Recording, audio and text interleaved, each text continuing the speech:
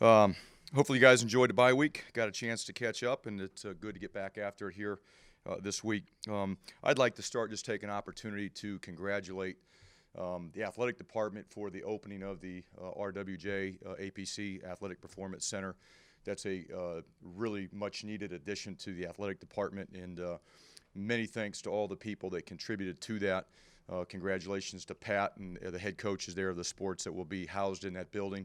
I know it's not a football building, but it is a huge part of our athletic department. It shows commitment. It shows direction of what we're trying to do here in the future. Just a quick bye-week recap. As we talked last week when we were together last, it was a great opportunity for us to really self-evaluate. I think it fell at a perfect time. We were able to, play two games. We won one, lost one, but go back and really evaluate what was good, what was bad, where do we need to improve, what do we need to eliminate, where are the gaps at in our performance, and how do we close them. So it was a great week. We spent a lot of time just laser focused on improvement and improving in certain areas. And the attitude of the players was awesome during the bye week. We started a little bit slow on Tuesday, Wednesday, but Thursday and our practice yesterday were off the charts, great energy, and we definitely got better over the course of the week. Just some things that we talked about during the week that we really want to focus on offensively, just the improvement of the pass game. We want to be an offense that can run the ball, but when we can't, or we're playing against a pretty good front, we've got to be able to pass the ball and have more production. We really worked on that in the bye week. Defensively, explosive pass plays. We had, I believe, 3 of them here in the first 2 games, and we have to eliminate that. And a lot of it's just communication and eye discipline as much as anything. So we invested some extra time in that area. And then special teams continue to develop the fundamentals and make sure that our depth charts and our personnel that we're using on each unit is where it needs to be. So that's really the focus that we had with our football team during the bye week. Just an injury update. I know you guys will ask, but McLean Carter is still in the concussion protocol. He has improved significantly. He is listed as day-to-day here as we go through the week. He has not practiced since we played in the last game. There is a chance that hopefully he'll return to practice on Tuesday, but again, it's going to be day-to-day. It's just going to see how he continues to progress. But he's doing great right now, and there is a chance, but it's day-to-day as we go. Just looking ahead to our next opponent, Boston College comes to town. It's really an old-school rivalry renewed. Really excited about this game. I think it's a great game for this region. 2 teams fairly close together, Power 5 conferences, old school rivalry. Got a lot of respect for their program and what they've done over the years, and mostly recently with Coach Steve Adazio. He does a great job. I just like the style of play. They want to run the ball, stop the run, play good special teams. They play hard, physical team, and well coached, and they don't beat themselves. But it's a great opportunity for us to play a quality opponent here at our stadium. And with that, I hope the fans will show up. In our last home game, the fans, as we talked about, were an X factor in that game, especially the student section. They showed up with great energy and passion and cheered throughout the game and really made a difference in that game. And I'm hoping that we can get that kind of energy in the stadium here on Saturday against a good opponent. So with that, I'll go ahead and open up for any questions. McLean can't go. Would it be Art? Would it be Johnny? Yeah, Art's the number 2 on the depth chart, and he would be the starter. You said and even I'll go back. I mean, we have to see, even if McLean is cleared, if he will be able to play in the game. He's missed a lot of practice time. You said 5 days, I guess. So if he's not practicing on Tuesday, that would probably be an indication of. Well, no, that doesn't mean that he's not practicing on Tuesday. Will be up to the medical staff. He's not completely symptom-free, but he's pretty darn close to that right now. So he doesn't necessarily have to be practicing on Tuesday for him to say he's going to play on Saturday. But, practice time is going to be the issue. And I'm sorry, you said that you spent a lot of time during the bye week evaluating the past game. Yep. Where's it lacking? What needs to improve specifically? Is it protection? Is it wide receiver, route, well, separation? The wide range of all the things. I mean, if you looked at week 1, we threw the ball pretty well. We protected and threw the ball pretty well. We played a pretty good opponent, like I said when we met kind of after that Iowa game. A lot of credit goes to Iowa. Their front did a good job of applying pressure to the quarterback, not necessarily sacking him, but they hit him a few times. We need to be crisper with some of the routes that we're running. We need to look at what we're running as well, make sure that we can protect it, we can throw it, we can catch it. all of those things. So we just did a thorough evaluation of everything. You go through training camp and you say, hey, these are the adjustments we made after last season. These are the things that we think we can be able to do in training camp. Until you start to play the games, you really don't know.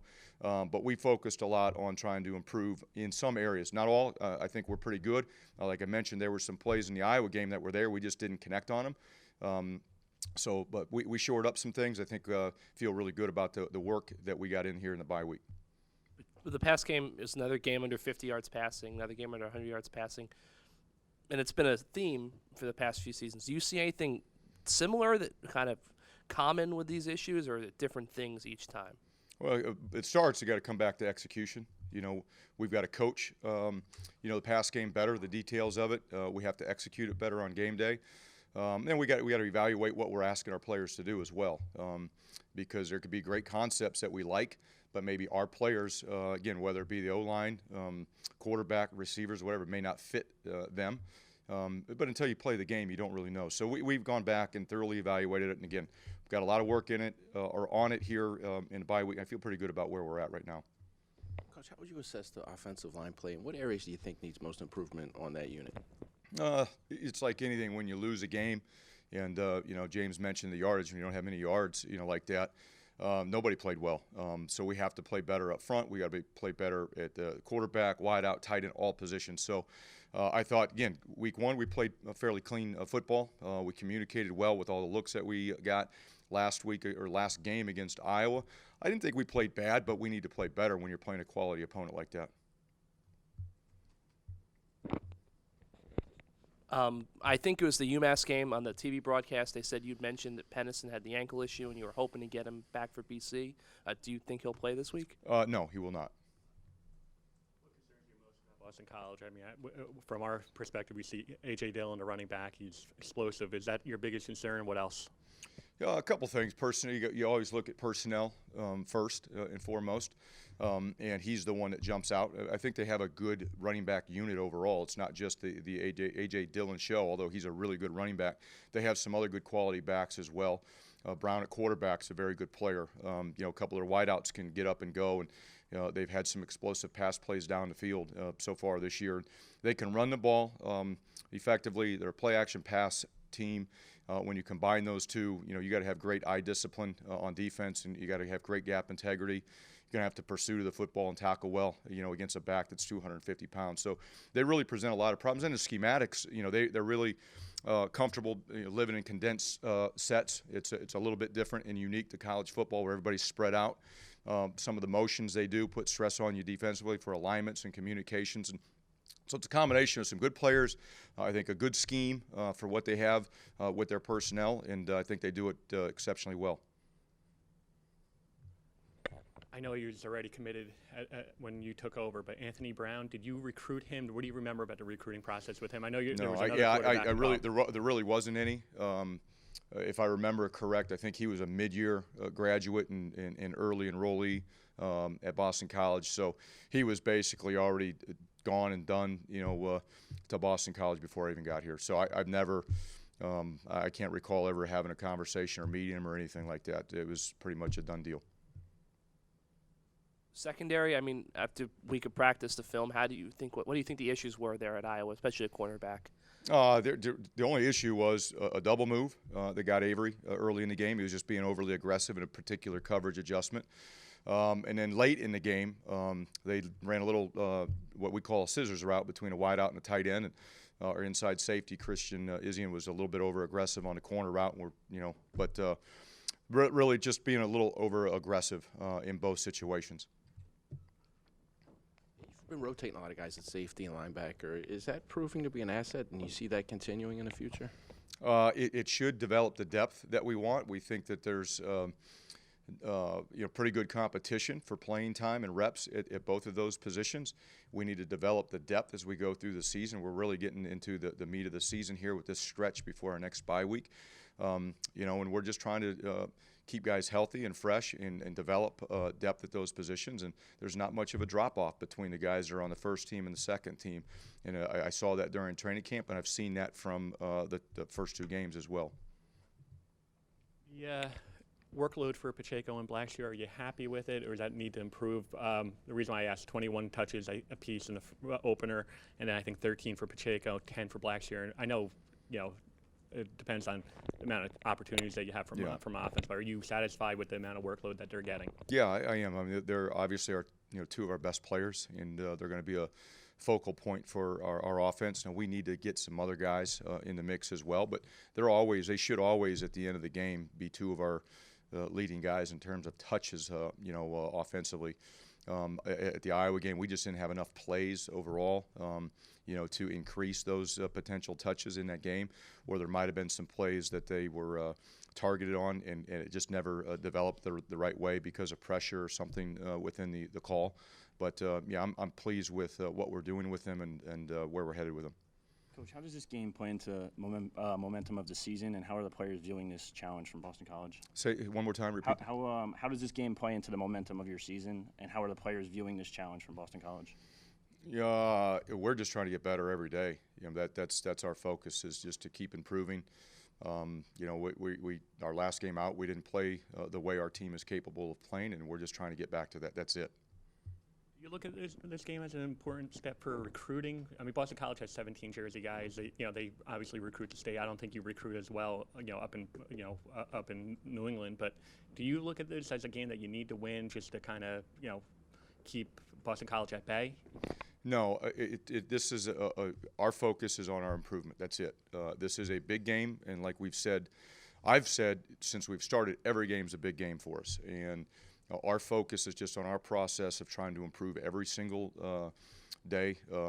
Every team we play pretty much recruits here in the state of New Jersey. Boston College, just because of proximity, recruits here a little bit more because it's so close.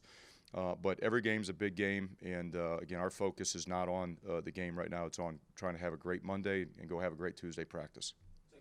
You mentioned at the top, their former conference rival, regional rival. It's the first time I know you guys have scheduled, Syracuse for teams like. How do you think that's important to play non-conference games against regional rivals like BC? Is it for the fans, for the players? Yeah, I think it's more for the the fans and travel. They're closer games. It just makes sense. I know we had conversations about traveling to the West Coast to play non-conference games versus being able to play somebody locally. Financially, it's a smarter decision. For the fan base, it's a better deal, and you're renewing some old rivalries that, I wasn't here, but I'm sure a lot of people would enjoy seeing. So I just think it makes sense for us. And then the other part of it, you got to be able to work the non-conference schedules out because these things are scheduled out so far in advance. So it's not just like our desire or their desire to do it. It's got to fit in each other's schedule. But from my preference, I'd love to be able to do this more times than not. You started by talking about the RWJ Barnabas. What's important as a next step from a recruiting standpoint? Pat's mentioned a field house as an important step. What if your vision 5 years down the line? What's important from a facility standpoint that Rutgers gets? Well, it all starts with two things. What do we need to recruit, and what do we need to develop our players? That's it. I'm not so much into how nice a coach's office is. It's what do we need to help us recruit against the teams we compete against, and what do we need to develop our players. And when you look here at our facility from a football standpoint, we have made a lot of improvements and upgrades, most recently the locker room. The academic success center, when that's done, is going to be a huge piece. There are still components to this Hale Center that need to be redone. They're very, very old. They're still functional, and we get our work done. But I think if you walk into the APC, you see the shiny new feel and the sex appeal, that, so to speak, that it has. We have parts here in our football facilities that have that, some that do not, and the goal is to get them all that way. Thanks, Coach. All right, thank you, guys.